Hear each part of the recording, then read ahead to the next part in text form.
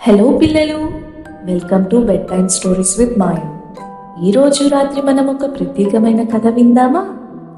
ఈ కథ మీకు చిరునవ్వును తెస్తుంది మరియు మంచి పాఠాన్ని నేర్పుతుంది. చకచక మీ దుప్పటిని కప్పుకోండి. మీకెంతో ఇష్టమైన బొమ్మను దగ్గరగా తీసుకోండి. మనం ఈ మాయా ప్రపంచంలోకి వెళ్దాం. ఇవాళ మనం సమయస్ఫూర్తితో అనుకోని ఆపదల నుండి ఎలా బయటపడాలో తెలుసుకుందాం. ఈ కథ పేరు తెలివైన కోతి తింగరి ముసలి. సిద్ధంగా ఉన్నారా? అయితే కథ మొదలెడదామా? అనగనగా ఒక దట్టమైన అడవి. ఆ అడవిలో ఎన్నో పెద్ద చెట్లు ఉండేవి. రకరకాల పక్షులు, జంతువులు ఆ చెట్టుని ఆశ్రయం చేసుకొని జీవిస్తూ ఉండేవి. అలాంటి ఒక పొడవైన జామ చెట్టు మీద చతుర్ అనే ఒక కోతి నివసించేది. ఆ చెట్టు ఎన్నో మధురమైన జామకాయల్ని ఇచ్చేది. అదే చెట్టు మీద హిత అనే ఒక రామచిలుక కూడా నివసిస్తూ ఉండేది. చతుర్ మరియు హిత ఇద్దరూ మంచి మిత్రులుగా కలిసి ప్రతిరోజు ఆడుకునేవారు, కబుర్లు చెప్పుకునేవారు, చెట్టు మీద జామకాయలు పంచుకుని తిని సంతోషంగా జీవించేవారు.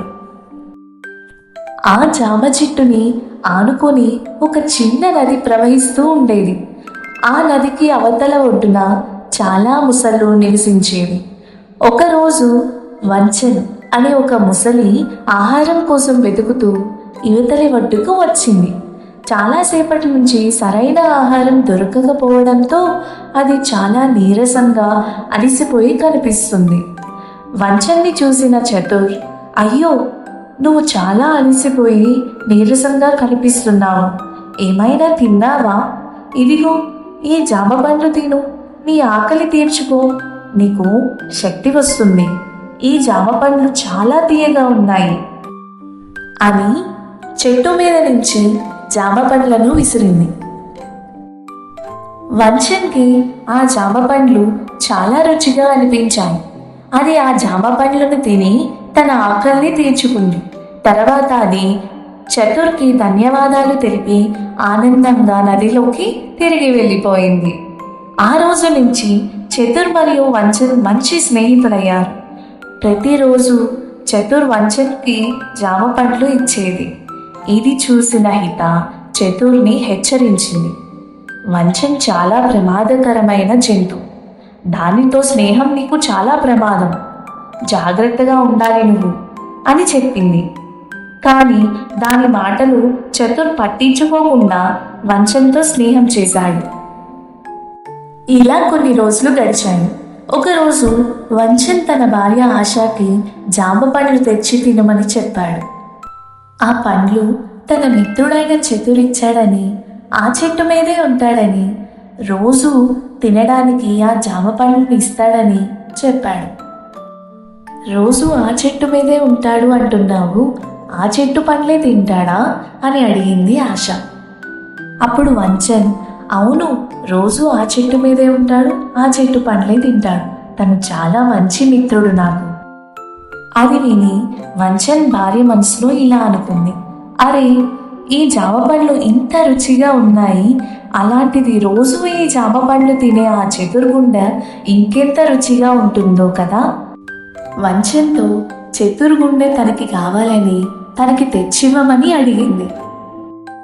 చతుర్ తనకి చాలా మంచి మిత్రుడని, తను అలా చేయలేడని ఎంతో చెప్పి చూశాడు.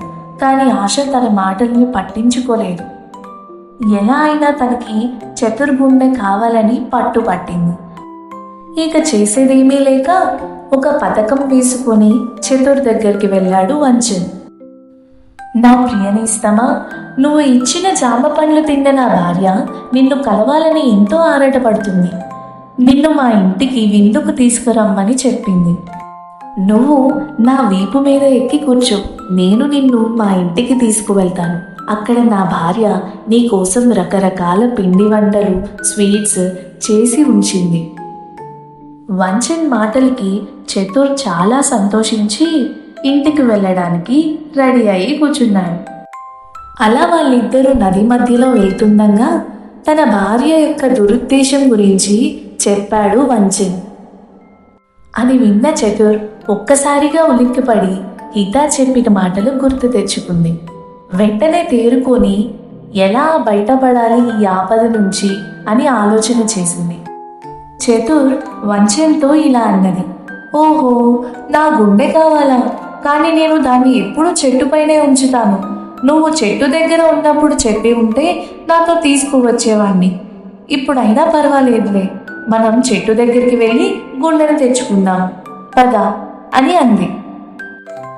వంచన్ ఆ మాటలు నమ్మి చతుర్ని తీసుకొని చెట్టు వద్దకు వెళ్ళింది. అప్పుడు ఆ చతుర్ గబగబా చెట్టుపైకి ఎక్కాడు. చెట్టు ఎక్కిన చతుర్ గట్టిగా నవ్వి వంచన్తో ఇలా అన్నాడు, ఎలాంటి సందర్భంలో అయినా తెలివైన వాడిని మోసగించడం చాలా కష్టం, అది తెలుసుకో. నీ మోసపూరితమైన బుద్ధి నాకు తెలిసింది. ఇక మీదట నువ్వు నన్ను మోసగించలేవు అని చతుర్ అంది. ఆ మాటలు విని వంచన్ సిగ్గుతో తలదాచుకొని నదిలోకి తిరిగి వెళ్ళిపోయాడు. పిల్లలు, ఈ కథ మనకు ఒక గొప్ప పాఠాన్ని చెబుతుంది. తెలివితో మరియు చాకచక్యంతో ఏదైనా సమస్యను పరిష్కరించవచ్చు.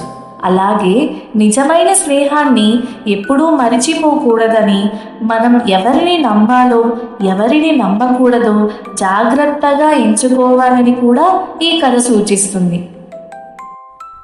కథ కంచికి మనం ఇంటికి, మీరు నిద్రలోకి జారుకోవాల్సిన సమయం అయింది. మరి నిద్రకు సిద్ధమవ్వండి పిల్లలు. రేపు మళ్ళీ మరో మంచి కథతో కలుద్దాం. Good night. ప్రియమైన అమ్మలు, ఇలాంటి మరిన్ని కథల కోసం ఇప్పుడే మా ఛానల్ని సబ్స్క్రైబ్ చేసుకోండి. బెల్ ఐకాన్ని క్లిక్ చేయండి. Thank you.